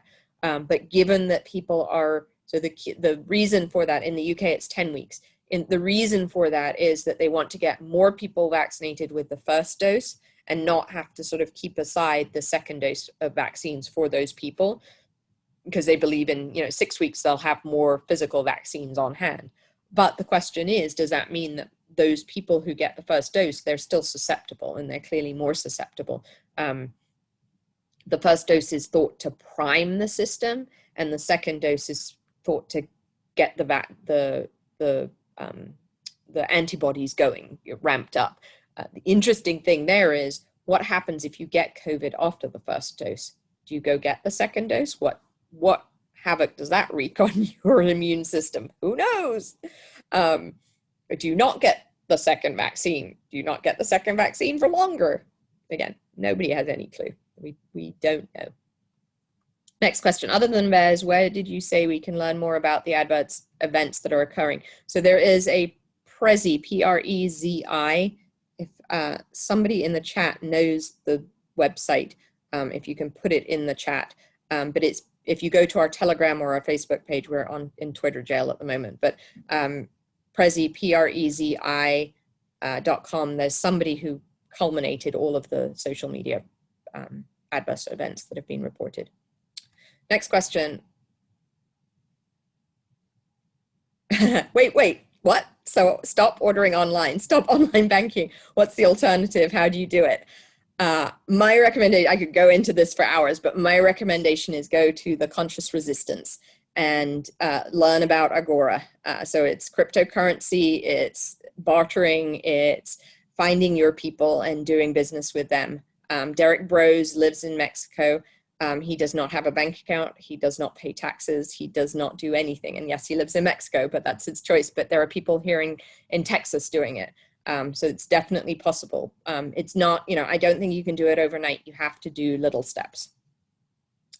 Next question. In California, are there any legal issue with medical offices requiring COVID vaccine before a procedure? I don't think they can require the vaccine. If they are, email me, and I think we can get something, we can get around that, but I don't think they would require a vaccine.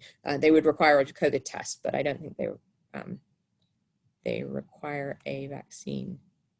Can Voice for Choice Advocacy provide a letter template to give to students at LAUSD? So it's really to parents, I believe you want. And yes, that's the same letter that we sent LAUSD, but you can we can email me. When they talk about viruses mutating, this language covers the mutations that are engineered in the lab. Viruses do not mutate on their own. Judy Vickermitz and other researchers have exposed that the mutations are engineered through the laboratories. This public opinion misinformation campaign blaming mutations to get an opportunity of creating more vaccines is similar to blaming genetics as the cause of diseases that have actually been caused by vaccines. That's a long question to answer, and I would say that even Judy, I think, believes that there are mutations happening, that there are variations happening. I mean, that's what happens with viruses. We see it. Could they be engineered in the lab? Yes, absolutely. But I think that the fact that viruses mutate is a known thing. I mean, you look at influenza and it mutates. Next question. Kaiser and UCSC are requiring weekly testing for those who refuse. Is there any way around it to work, even with a religious exemption? No, as I said, testing, I think, is something that is considered a public health need. And a lot of work requires some form of testing or some form of proof of lack of disease. So I don't think there is a way around it. Not work, there is the answer. Any chance of a UA being revoked if therapeutics like HCl, Zithro, blah, blah, blah, start being considered? I saw the AMA changed its position. I don't think so. I think the vaccines are here to stay. So therapeutics are different from vaccines, and they're considered differently. So the fact that there is an EUA for therapeutics is different from an EUA on vaccines. And the way it's written isn't that if there are therapeutics, if there were therapeutics that completely got rid of COVID, then maybe, and that stopped transmission and that, did that kind of thing. But there is nothing that and not that these vaccines are stopping transmission, but there's nothing doing what the vaccines, they fall into a different area. And I don't think, even with the wording, I don't think the FDA would consider them the same thing. Next question. I don't think we should have to move anywhere but be protected. There is a Facebook page called Parents Supporting Teachers that are pro-vaccines for all teachers and students for LAUSD. I spoke for pro-choice and was blocked. Yeah, I agree. We shouldn't have to move anywhere, but more people are going to have to stand up and get educated, to live in places like this. And we have to come together. My adult kids and I had COVID and tested positive. It was like a bad flu and we have fully recovered. We chose the bear in the woods. You say stores and airlines, etc., could require a vaccine, but will we have legal rights if we can show we have immunity? And if there is a new variant version, won't our immune system be able to recognize it as similar as to what we had before and therefore have immune response that will be able to fend off a new variant? Compared to other diseases, what is most likely get sick or not? So I do think there will be some immunity alternative. The question is, what does that look like? I don't think we have an answer to that. As for recognizing similar variants, so similar to the flu, right? So the flu, you usually don't get a bad flu, unless you're immunocompromised 2 years in a row.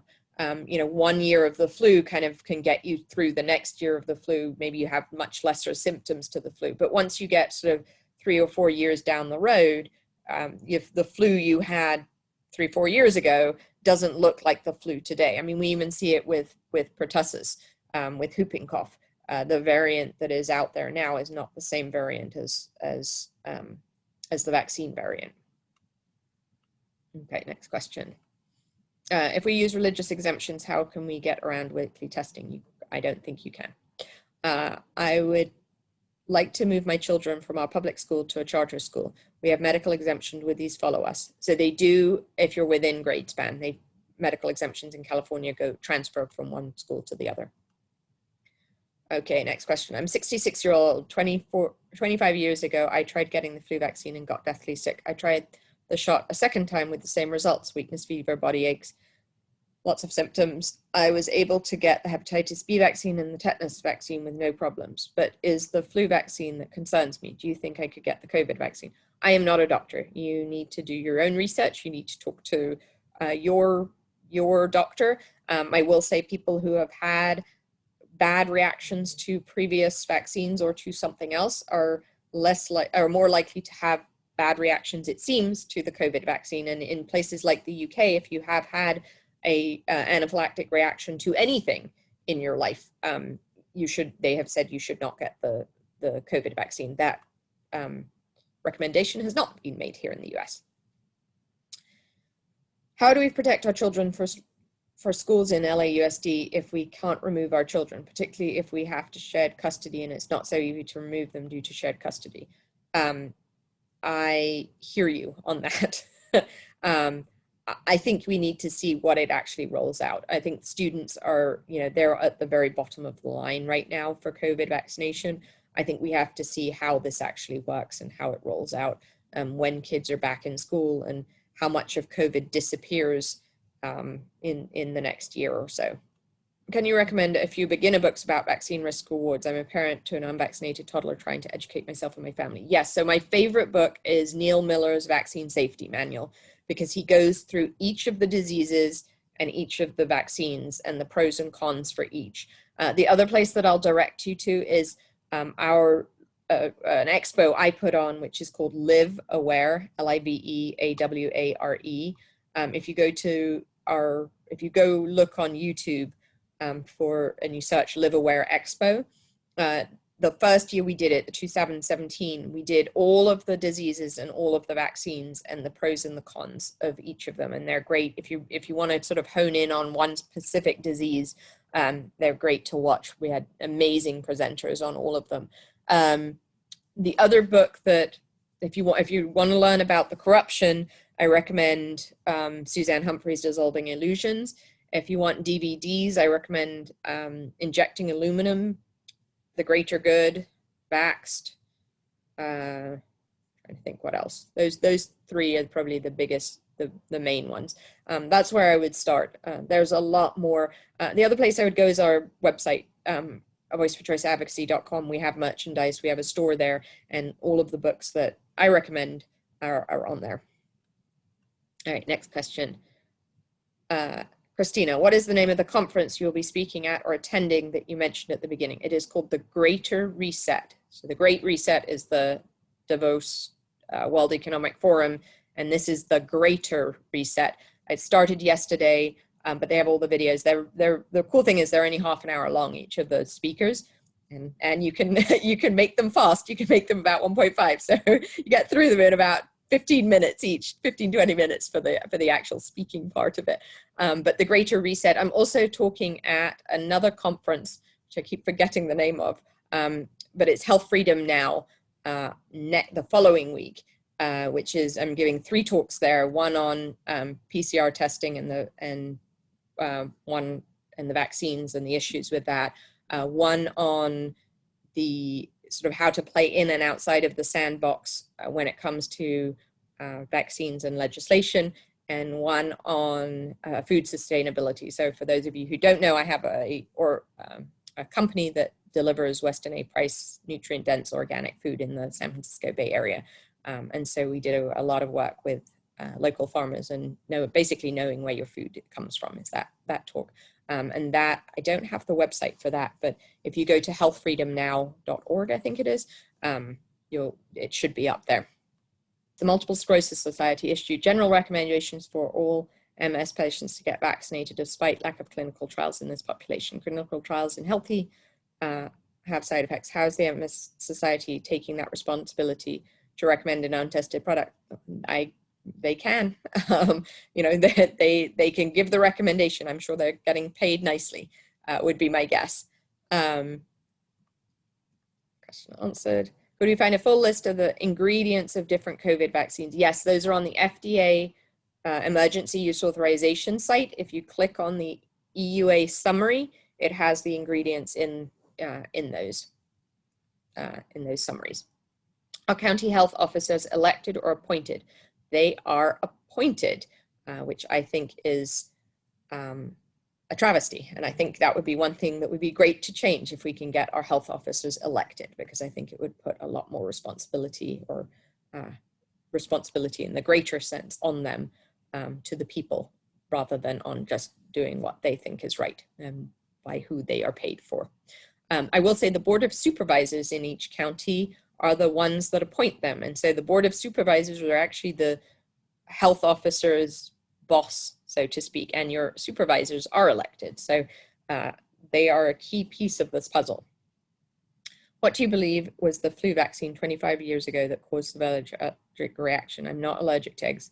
I honestly can't tell you. I'm not a doctor, so I don't give medical advice, and I can't tell you what you reacted to. It may have just been an immune response. I mean, part of what vaccines do is they rev up your immune system. And when they rev up your immune system, the question is, what else are they revving up? They may be revving up your autoimmune system. So it's really more about the technology than necessarily what's in them. You may have had a reaction to something that's in them, though. Is there a way to get a medical exemption for a child with a family history of vaccine injury, but who's not personally injured by vaccines? If you're in California, the answer is no at this point. Or I haven't found a doctor that will give one, let's put it that way. Okay, I answered that. Oh, where can you get the masks I mentioned? True 47, TRU 47. You can actually get them on our website, on voiceforchoiceadvocacy.org/shop. We do sell them for the same price as the as True 47, but we do get some of the profits on it. So if you get them through us, you support us, which is much appreciated. I probably also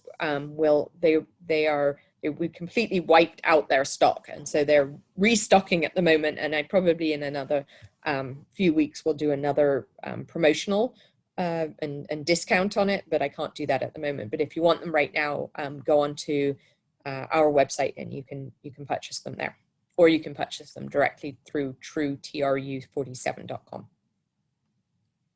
I'm going to go, it's 9 o'clock, but I'm going to, we have 22 more questions. I'm going to see if I can flip through a few more of these. Do you believe America will get together and have schools unvaccinated children and homeopathic medicine that is offered as normal in their lives? Have schools of, I think there are parents that will create that. I don't believe America will get that. I think there will be parents. I think there are parents currently that have created pods and not schools that are doing that. So yes, do I think it'll happen? Yes, I think it will happen. I am encouraged by you and other groups that are questioning doctors, religion, homeschoolers, health choice, right-wingers. What, please give us a sense of the amount of resistors? Oof, that's a really hard question. I think it's a minority, a small minority, but a very vocal minority. I think it is growing by the day. I mean, I look at, if 60% of people weren't willing to get the COVID vaccine, even if it was a short period of time, that's 60% of people that are questioning it. I think in Riverside County, I think it was 60% of healthcare workers that wouldn't get it. In the UK, I mean, the best thing in the UK, the NHS nurses were supposed to be second in line to get it, and they've now fallen in line because they didn't want to have the press release that all the nurses weren't getting it, so they dropped them off the requirement schedule or the priority list because of that.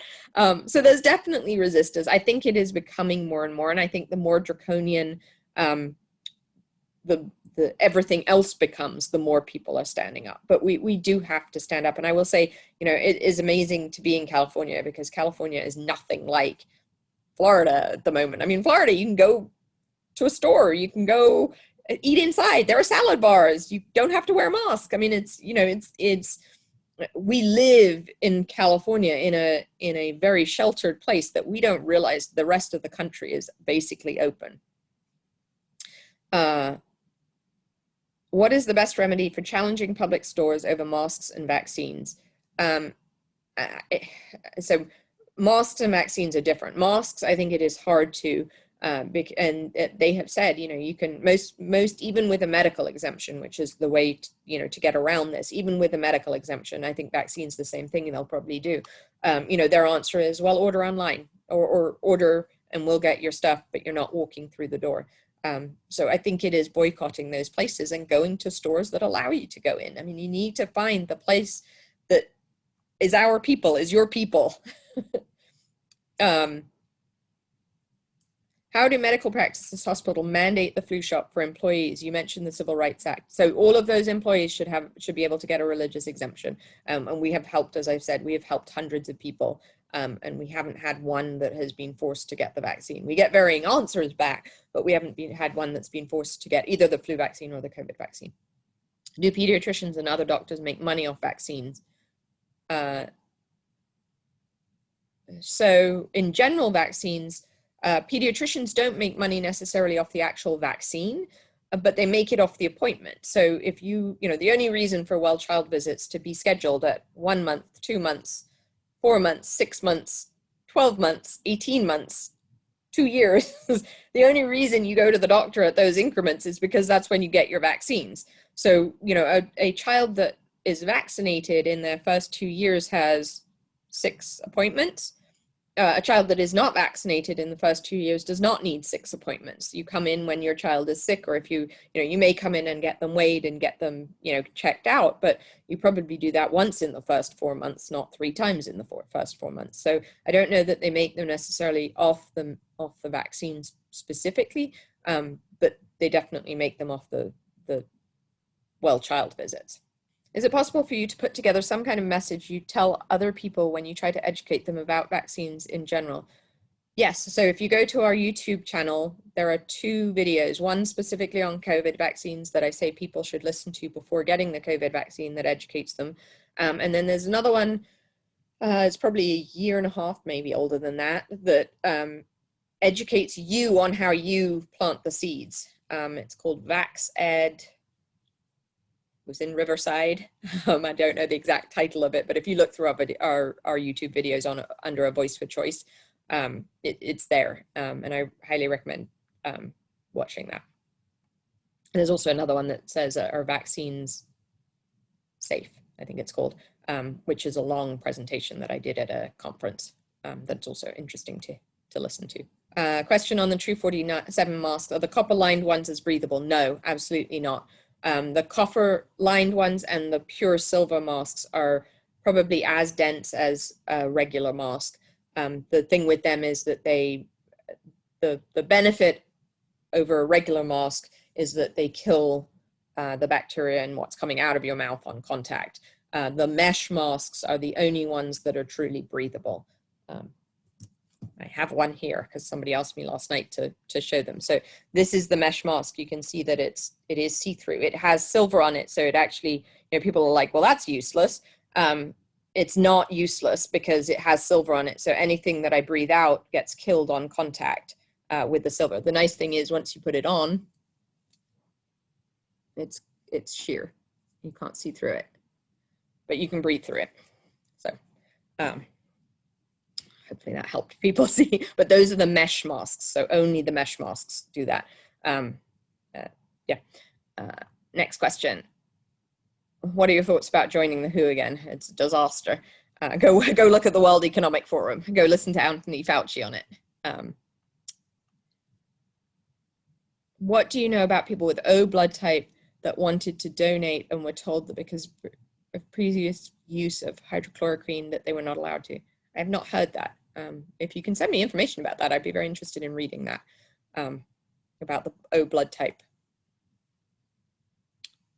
Are we involved with Freedom Keepers United? I know the person who runs Freedom Keepers, and we are in contact. There are a group of us that get together on a weekly basis in California that talk about what we're doing and how we can help each other, and Freedom Keepers is one of those. But I know Allison well, and we talk about stuff, so yes. Messaging is everywhere, social media news. Any good sources for teens and seniors? As I said, I would go to what I recommended previously. I would say our Telegram and Facebook and Twitter when we're not in Twitter jail, you know, we put out a lot of information there. People are, you know, criticize it because it is very, I'm going to say one-sided, but it, you know, if you skim through there, you'll find really, really amazing articles. Most of what we push out are either articles or media independent journalism articles, or articles that are on the other side that, you know, we're questioning. I'm gonna go for a few more minutes because these seem to be, I have 12 more questions. I'm gonna plow through them. What do you have for you or your family to prepare for the SARS-CoV virus? So initially, it was just what we usually do when there's stuff going around, or if we're coming down with something. So that's vitamin C, vitamin D, and zinc. Those are my go-tos. Elderberry syrup is also a go-to of mine. I actually, my daughter, I believe, and I had COVID very early on in December. There were some students from her school that came back from Wuhan from Thanksgiving, and half the school got sick in December and half the school got sick in January. And I have never seen anything like it. And when the symptoms of COVID came out in February, I was just like, that's what we had. We used a nebulizer with hydrogen peroxide and colloidal silver. I will say this is all stuff that I did. You know, I'm not a doctor. You need to do what's right for your family. But there are, the frontline doctors are able to give you hydrochloroquine, for example. They do telehealth, the Frontline Doctors Organization. And there are other doctors that are willing to do telehealth to get ivermectin and other protocols. But vitamin C, vitamin D, and zinc are the keys of those protocols, plus something else, either ivermectin or hydrochloroquine or something like that. Answer those two questions. Do you know what the T-cell test is called? Yes, it's called T-Detect, t-detect.com. And you need a physician to prescribe it. It's kind of confusing, but you need to go in, set up an account, and then have a physician prescribe it. And then they send the results to your physician. I actually just found it out a couple of days ago, and I'm going to do that because I do not have antibodies, or at least the test that I didn't show up with antibodies. But I also know people who have had COVID and been tested positive, had all the symptoms, and also not have antibodies. So I'm curious to see what the T-cell says. Do you know by any chance if Pfizer and Moderna did any parallel animal trials in challenged animals with the COVID virus? I believe one of them did do an animal trial, and it came out well, so to speak. But I don't think they are to the same extent that animal trials are normally done. What do you think of natural homeopathic vaccines that don't contain adjuvants and are swallowed instead of injected? They supposedly create strong antibodies that help to prevent contagions. So I don't believe I believe there hasn't been enough research done to show that they create antibodies. So I have talked to some homeopaths who are doing studies on people taking homeoprophylaxis, is what it's called, and then actually showing antibodies in their system. But it is not, it's not something that is for sure and that has been strongly researched. What do I think of them? I think if you are afraid of the disease, which I think you need to research the disease. If you're that afraid of the disease and that makes you have, you know, peace of mind, then go for it. But as with everything, you know, you need to make an informed decision. So go do the research. Would I do it? No, because I'm not afraid of the disease. I'm not afraid of getting, I mean, I had all the childhood diseases when I was a kid, but I'm not afraid of my kids getting measles, mumps, rubella, chickenpox, any of those things. So, you know, I think that's, you have to weigh out the risks and the benefits. My concern is that I will walk away from my job teaching 25 years and it will become a federal mandate anyway. Horrifying thought. I'm sure there are homeschoolers that you could teach. I'm sure there's a way around it. You just have to be creative. Do you believe that they will release another virus on the global population to further control their agenda? Possibly. I think anything is possible. The question is, you know, I think you have to realize that at some point the people rise up against this and understand it, and we have to do that now, is my answer. We can't wait for the next one. Okay. In California, can mandates be avoided if we are homeschool, high school, college? Yes, they can be avoided. You can even go to college. There are some colleges that don't require vaccines. When can we get the current CA government people out? Well, Newsom's recall, go talk to, go sign a petition if you're in California to get Newsom recalled. Hopefully he'll get out sooner than later. But the two key legislators that we're concerned with are Senator Pan and Lorena Gonzalez, and both of them are out in 2022. So 2023 is the first year we can really do anything. Why are we in Twitter jail? We're in Twitter jail because we posted on the ICANN vaccines don't cause autism piece to their site, linking to their site, saying that that had happened. And we got told, we got reported, or it was a bot that reported us, that we were spreading false COVID-19 information. And the interesting things is we had two options. Number one was we could delete the tweet, but there would be a mark against us and it would be counted against us, and you only have so many marks against you before you get thrown off of Twitter. Or you could appeal it. And given that it had nothing to do with COVID, it literally had zero to do with COVID, I decided we should appeal it. But while you're being appealed, while you're put through the appeal and they are reviewing the appeal, you cannot post, you cannot do anything.